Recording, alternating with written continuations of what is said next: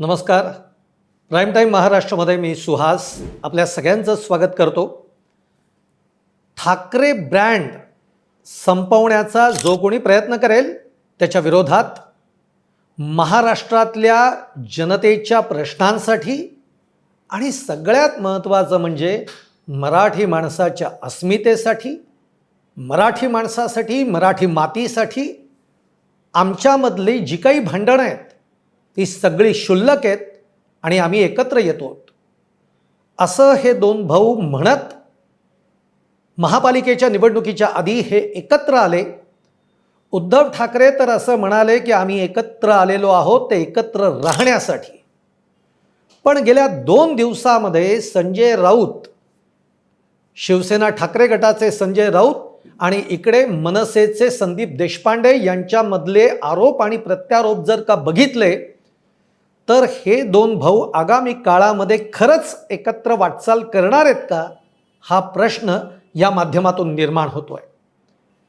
म्हणूनच आपण बघणार आहोत नेमकं काय घडलंय, कशावरून हा सगळे मतभेद सुरू झालेले आहेत, या सगळ्याचा धांदोळा आपण घेणार आहोत. आणि खरंच महाराष्ट्रातल्या मराठी माणसासाठी, महाराष्ट्रासाठी अशा पद्धतीचं दोन भावांचं धोरण हे परवडणारं आहे का हेच आपण बघणार आहोत या व्हिडिओमधनं. तुम्हाला व्हिडिओ आवडला तर लाईक करा, शेअर करा, चॅनल सबस्क्राईब करायला विसरू नका. आणि तुमचं मत फार महत्त्वाचं आहे. तुम्हीसुद्धा तुमचं मत आमच्या कमेंट बॉक्समध्ये नोंदवा. आता मुद्दा असा झाला आहे की सुरुवात झाली ती कल्याण डोंबिवली. महापालिकांच्या निवडणुका झाल्या. महापालिकांच्या निवडणुकांचं चित्र तुम्हाला सगळ्यांना माहिती आहे. कल्याण डोंबिवलीमध्ये खरं तर एकनाथ शिंदेंची शिवसेना आणि भाजप दोघंही एकत्र येऊन आपले सत्ता स्थापन करू शकत होते. त्यांनी केलेली पण आहे. पण या सगळ्यामध्ये मनसेचे जे राजू पाटील म्हणून आहेत तिथले नेते कल्याण डोंबिवलीचे, त्यांनी आपल्या सगळ्या नगरसेवकांसह, तिथं जे काही 5-6 नगरसेवक त्यांचे निवडून आलेले आहेत, या नगरसेवकांसह एकनाथ शिंदेंच्या शिवसेनेला पाठिंबा दिला. खरं तर तिथेच थोडीशी नाराजीचा सूर हा उद्धव ठाकरेंच्या शिवसेनेमध्ये उमटला. संजय राऊत असं म्हणाले हे तर पाप आहे. उद्धव ठाकरे सुद्धा नाराज झाले. पण या गोष्टीवर आज तागायत राज ठाकरेंनी कोणतंही भाष्य केलेलं नाही. स्थानिक प्रश्न आहे, स्थानिक पातळीवरचे मुद्दे आहेत, त्यामुळे ते त्यांनी सोडवावेत अशा पद्धतीची भूमिका ही मनसेच्या काही नेत्यांनी मांडली. त्यानंतर आता चंद्रपूरमधला जो तिढा आहे तो बराच गाजला. चंद्रपूरमध्ये काँग्रेस हे जवळपास 27 जागांवर निवडून त्यांचे नगरसेवक निवडून आले आणि सर्वाधिक मोठा पक्ष हा काँग्रेस ठरला. 27 जागा आल्या. भाजपकडे 23 जागा. उद्धव ठाकरेंच्या शिवसेनेकडे 6 जागा, अपक्ष 2 आणि तेही ठाकरेंबरोबरच होते, म्हणजे ठाकरेंच्या झाल्या 8 जागा, वंचितच्या 2, असं मिळून हे समीकरण जुळलं असतं. पण काँग्रेसमध्ये आणि ठाकरेंच्या शिवसेनेमध्ये महापौर पदावरून अडीच वर्ष तुमचा महापौर, आमचा महापौर, पहिला महापौर आमचा, यावरून जे बिनसत गेलं ते ना काँग्रेसची सत्ता आली आणि त्यातून पुन्हा काँग्रेसमध्ये ज्या पद्धतीची दुफळी, अंतर्गत दुफळी ही जी बघायला मिळाली वडेट्टीवार आणि धानोरकर यांच्यामध्ये, त्यामुळे त्यांच्यामध्ये एकमत होईना. इकडे उद्धव ठाकरेंबरोबरची बोलणी त्यांची काही पूर्णत्वास जाईना आणि त्या सगळ्यामध्ये उद्धव ठाकरेंच्या या नगरसेवकांनी, तिथले गिरे म्हणून जे आहेत प्रमुख, त्यांनी भाजपच्या बरोबर जाऊन भाजपला साथ देत आता भाजपचा महापौर हा चंद्रपूरमध्ये बसलेला आहे. सव्वा वर्ष, पहिली 1.25 वर्ष भाजपचा महापौर, दुसरी 1.25 वर्ष उद्धव ठाकरेंच्या सेनेचा महापौर, अशी ती सगळी डील तिथे झाली आणि भाजपची सत्ता आली.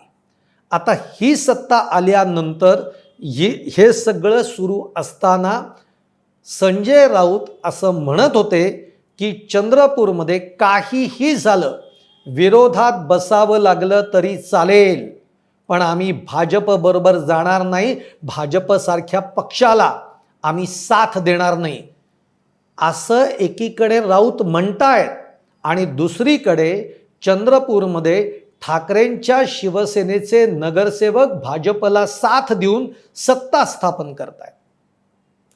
आता या बाबतीमध्ये संजय राऊतांना जेव्हा काल परवा प्रश्न विचारला गेला तेव्हा संजय राऊत म्हणाले की मी आजही म्हणतोय की हे पाप आहे. तिथं नेमकं काय घडलं, हे कोणी केलं, हे सगळं बघायला लागेल आणि त्यांच्यावर आम्ही कारवाई करू. उद्धव ठाकरे या सगळ्या काय घडलंय याची सगळी शहानिशा ते करताय आणि आम्ही जरूर याच्यावर नक्की कारवाई करू. पण गिरे तर तिकडे असं म्हणतायत चंद्रपूरमधले जे उद्धव ठाकरेंच्या सेनेचे नगरसेवक जे तिथे मेन आहेत निवडून आलेले गटनेते, ते तर असं म्हणतायत की आम्ही ठाकरेंच्या संपर्कात होतो. हे सगळं जे काही आहे हे ठाकरेंशी चर्चा करून म्हणजे त्यांना जे काही नेमून दिलेला जो काही प्रमुख आहे याच्याबरोबर चर्चा करून आम्ही हे सगळं ठरवलेलं आहे. याचा अर्थ उद्धव ठाकरेंना हे माहिती नाही आहे असं अजिबात नाही. याचा अर्थ संजय राऊतांना माहिती नाही आहे असं अजिबात नाही आहे. यावर सुषमा अंधारेंनी जी प्रतिक्रिया दिली की हे सगळं स्थानिकचं राजकारण आहे आणि स्थानिकचं राजकारणामध्ये कधीकधी अशा गोष्टी घडतात, पण जे काही घडलंय ते काय नेमकं घडलंय हे आम्ही बघू. पण ते घडून झालं, या घडून जाण्याला देखील आता 48 तास उलटलेत, पण कोणतीही कारवाई ही या निमित्ताने करण्यात आलेली नाही. आणि यावरून मग नेमका आयता मुद्दा मिळाला तो संदीप देशपांडे यांना. संदीप देशपांडे म्हणजे मनसेचे नेते. संदीप देशपांडे असं म्हणाले की चंद्रपूरमध्ये उद्धव ठाकरेंच्या नगरसेवकांना 1-1 कोटी रुपये मिळालेले आहेत अशी मला खात्रीलायक सूत्रांकडनं माहिती आहे आणि जो अपक्ष आहेत त्यांना 50 लाख रुपये मिळालेले आहेत. यावरून जे काही वाकयुद्ध संजय राऊत आणि संदीप देशपांडे यांच्यामध्ये सुरू झालं. संजय राऊत असं म्हणाले की संदीप देशपांडे, त्यांनी नाव घेतलं नाही, पण जे आरोप करतायत 1 कोटी रुपये मिळाले नगरसेवकाला, एका नगरसेवकाला 1 कोटी, हे पैसे देत असताना हे तिकडे होते का, यांना त्यातलं 20% कमिशन मिळालेलं आहे का, असा आरोप संजय राऊतांनी केला. मग याच्यावर गप्प बसतील ते संदीप देशपांडे कुठले. संदीप देशपांडे असं म्हणाले की तुम्ही आधी 50 खोकेचा आधी तुम्हाला ही माहिती कुठून मिळाली, यातले पुरावे आमच्यासमोर सादर करा. जेव्हा ते पुरावे सादर करू तेव्हा 1 कोटी रुपये तुमच्या नगरसेवकाला कसे मिळालेत त्याचे पुरावे मी देतो, असं म्हणून आता या दोघांमधलं हे वाकयुद्ध सुरू झालंय. आणि आता 2 पक्षांमध्ये म्हणजे मनसेमध्ये आणि उद्धव ठाकरेंच्या शिवसेनेमध्ये आता एक वाक्यता राहिली नाही. आता 2 भाऊ वेगवेगळ्या दिशेनं जाण्याची तयारी, हालचाली सुरू झाल्यात. या सगळ्या चर्चांना या निमित्ताने बळ मिळत आहे. पण जर खरंच अशा पद्धतीने 2 भाऊ आता जर का याच्या पुढच्या काळामध्ये एकत्र राहणार नसतील किंवा त्यांच्यामध्ये अशा पद्धतीची जर का एकवाक्यता येणार नसेल तर महाराष्ट्रातल्या मराठी माणसाचा विश्वासघात केल्याची भावना ही महाराष्ट्रातल्या लोकांमध्ये येईल. याचं कारण असं आहे की केवळ 2 निवडणुका झाल्यानंतर तुमच्यामध्ये बिनसावं म्हणजे केवळ निवडणुकीच्या निमित्ताने निवडणुकीपुरते तुम्ही एकत्र आला होतात का.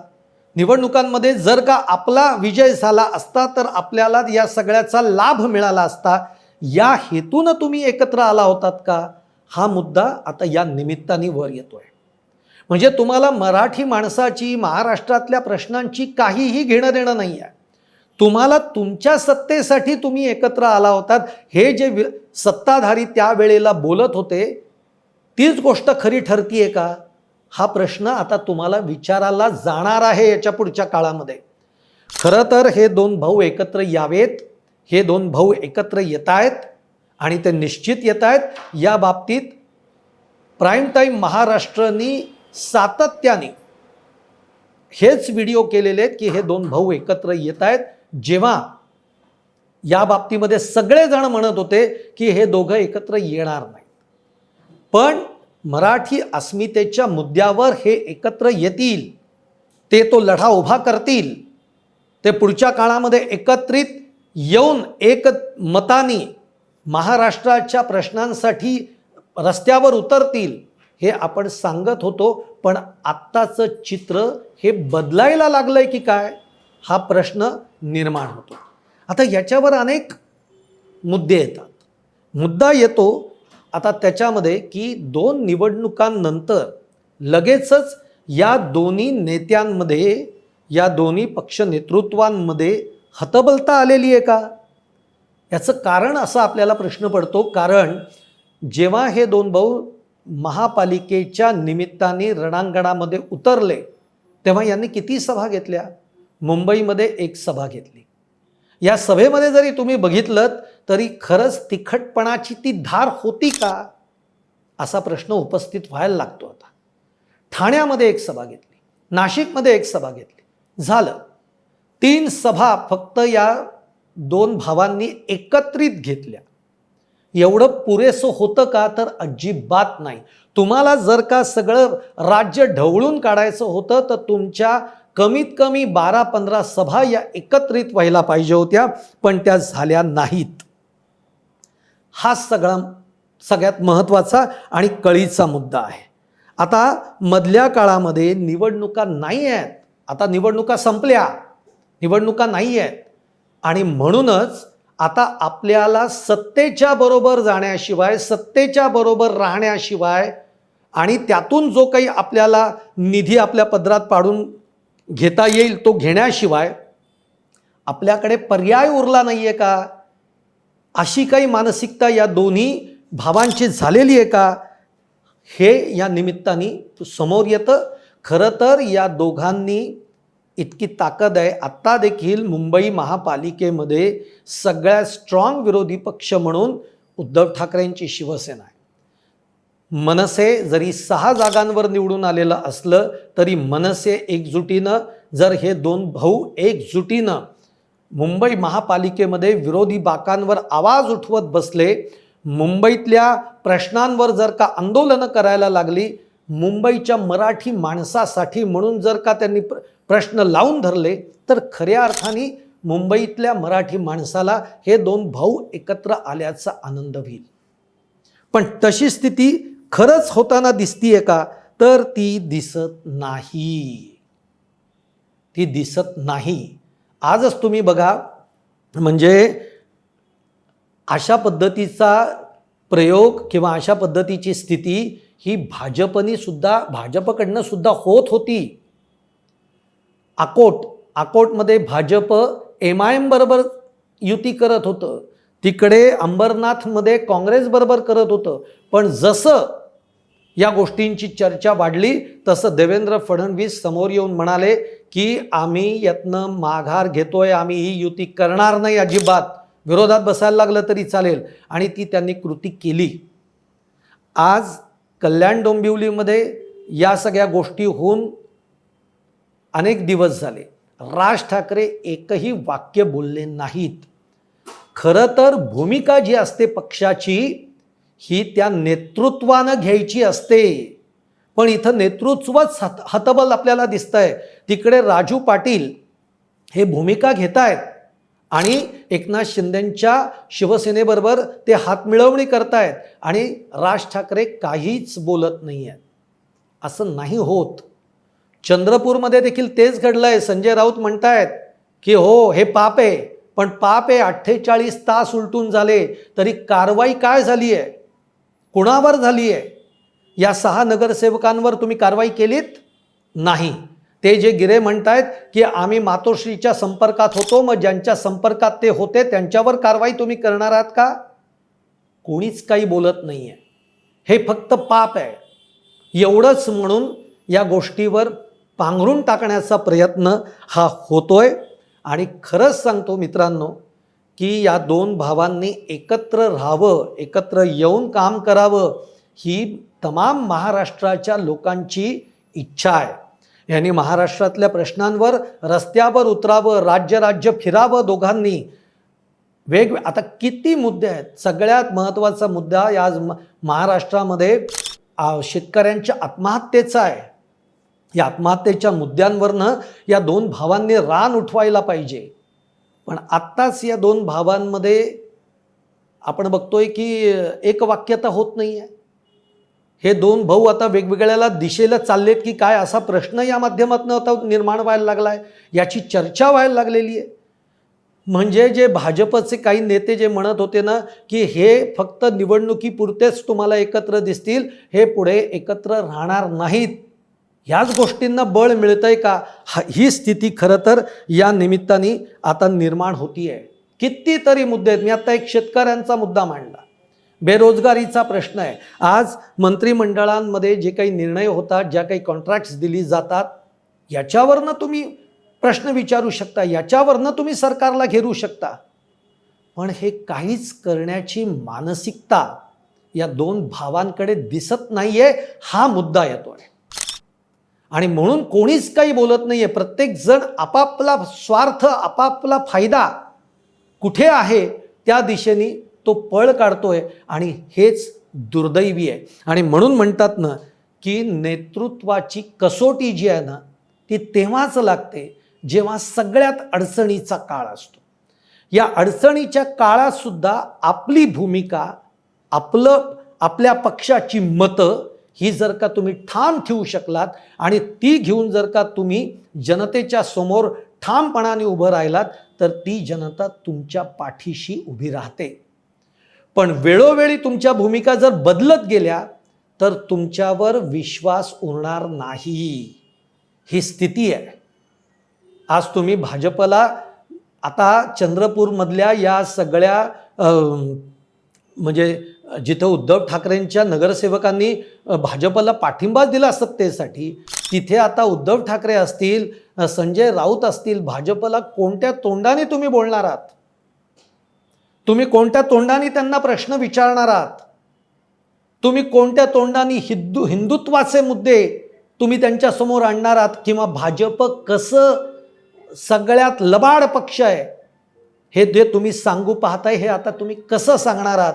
हाच खऱ्या अर्थाने प्रश्न आहे. आणि म्हणून हा जो चंद्रपुरातला प्रयोग झाला, याच्यावर उद्धव ठाकरे गप्प आहेत, कल्याण डोंबिवलीच्या वर राज ठाकरे गप्प आहेत. आणि आज काल परवामध्ये मुंबईच्या ज्या महापौर आहेत रितू तावडे, त्यांनी बांगलादेशातले जे घुसखोर आहेत, जे इथे अनधिकृतपणे येऊन पथारी टाकून धंदा करतायत, त्यांच्यावर आम्ही कारवाई करणार आहोत, त्याला समर्थन दिलंय राज ठाकरेंच्या मनसेने, उद्धव ठाकरेंनी नाही. आणि त्याच्यावरही संदीप देशपांडे म्हणतात की त्यांची भूमिका असेल त्या लोकांना पाठीशी घालण्याची.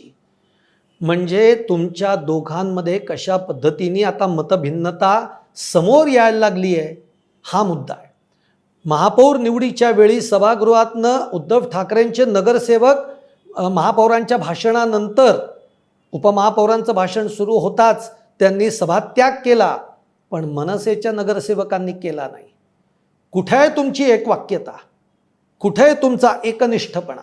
कुठे आहे तुमच्या दोघांचं एकत्रित येऊन काम करण्याची जी काही तुम्ही या सगळ्या जनतेला दिलेलं जे वचन होतं ते कुठे आहे? हा प्रश्न आता लोक तुम्हाला विचारणार आहेत. आणि याचा जरूर दोन भावांनी विचार करायला हवा, एवढंच मला या निमित्ताने वाटतंय. तुम्हाला सुद्धा काय वाटतंय? तुमचं मत परखडपणे तुम्ही आपल्या कमेंट बॉक्समध्ये नोंदवा. या निमित्ताने मी फक्त इथेच थांबतोय. माझा व्हिडिओ आवडला असेल लाईक करा, शेअर करा आणि आमचं चॅनल सबस्क्राईब करायला विसरू नका.